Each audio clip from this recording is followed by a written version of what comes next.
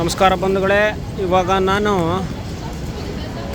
ಸ್ವಿಟ್ಜರ್ಲೆಂಡ್ನ Basel ನಗರದಲ್ಲಿದ್ದೀನಿ. ಇದು Basel main train station. ಬನ್ನಿ, ನಿಮಗೂ ಒಂದು ರೌಂಡು ಟ್ರೈನ್ ಸ್ಟೇಷನ್ನಲ್ಲಿ ರೌಂಡ್ ಹಾಕಿಸ್ತೀನಿ ಬನ್ನಿ.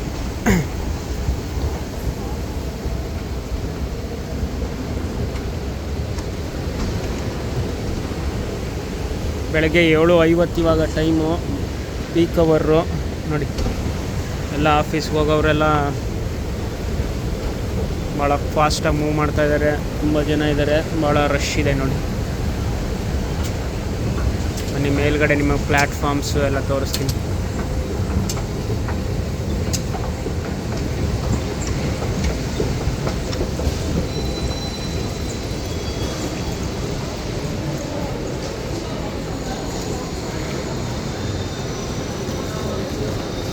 ನೋಡಿ ಬಂಧುಗಳೇ, ಎಷ್ಟು ಬ್ಯುಸಿ ಇದೆ ಸ್ಟೇಷನ್. ಮಾರ್ನಿಂಗ್ ಎರಡೂ ಸೈಡು ತುಂಬ ಕೆಫೆಗಳು, ಬೇಕ್ರಿಗಳು ಎಲ್ಲ ಇದೆ. ಇಲ್ಲಿ ಮಾರ್ನಿಂಗ್ ಬ್ರೇಕ್ಫಾಸ್ಟ್ ಜಾಸ್ತಿ ಕಾಫಿ ಮತ್ತು ಬ್ರೆಡ್.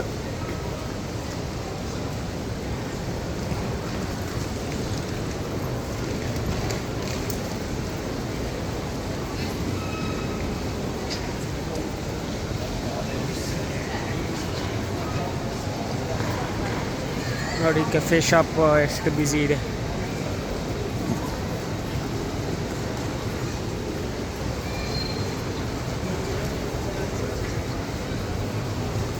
ಇದು ಬಾಸಲ್ ನಗರ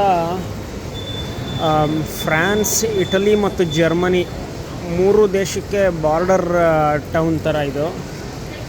ಇಲ್ಲಿಂದ ಒಂದು ಸ್ವಲ್ಪ ಬ್ರಿಡ್ಜ್ ಈ ಕಡೆ ಕ್ರಾಸ್ ಮಾಡಿದ್ರೆ ಸಾಕು, ಫ್ರಾನ್ಸ್ಗೆ ಹೋಗ್ಬೋದು ಅಥವಾ ಜರ್ಮನಿಗೆ ಹೋಗ್ಬೋದು. ಅದರಿಂದ 2 ಲ್ಯಾಂಗ್ವೇಜ್ನ ಇಲ್ಲಿ ಮಾತಾಡ್ತಾರೆ ಜಾಸ್ತಿ.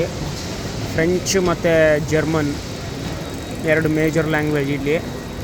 ಸಿಟಿ ಸೆಂಟರ್ನಲ್ಲಿ ಪರವಾಗಿಲ್ಲ, ಸ್ವಲ್ಪ ಇಂಗ್ಲೀಷು ಗೊತ್ತಾಗುತ್ತೆ.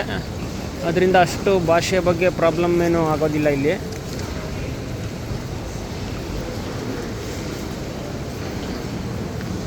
ಭಾಳ ಚೆನ್ನಾಗಿ ಸಿಟಿ ಇಟ್ಕೊಂಡಿದ್ದಾರೆ. ಮತ್ತೊಂದು ವಿಶೇಷ ಸ್ವಿಟ್ಜರ್ಲೆಂಡ್ದು ಏನಪ್ಪ ಅಂದರೆ, ಯುರೋಪ್ನಲ್ಲಿ ಹೃದಯ ಭಾಗದಲ್ಲಿದ್ದರೂ ಕೂಡ ಇವರು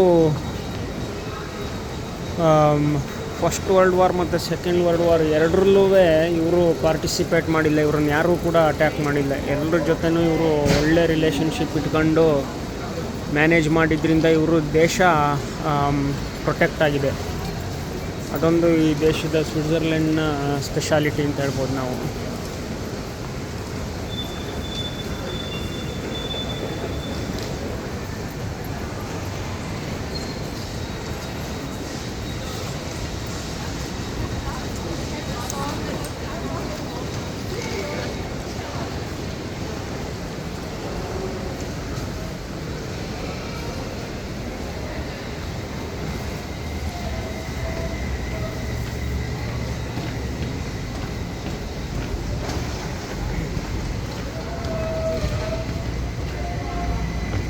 ಟ್ರೈನ್ ಕನೆಕ್ಟಿವಿಟಿನೂ ಕೂಡ ಇಲ್ಲಿಂದ ಭಾಳ ಚೆನ್ನಾಗಿದೆ. ಎಲ್ಲ ಕಡೆಗೂ ಜರ್ಮನಿ, ಫ್ರಾನ್ಸು, ಇಟಲಿ ಎಲ್ಲ ಕಡೆಗೂ ಕನೆಕ್ಷನ್ ಚೆನ್ನಾಗಿದೆ.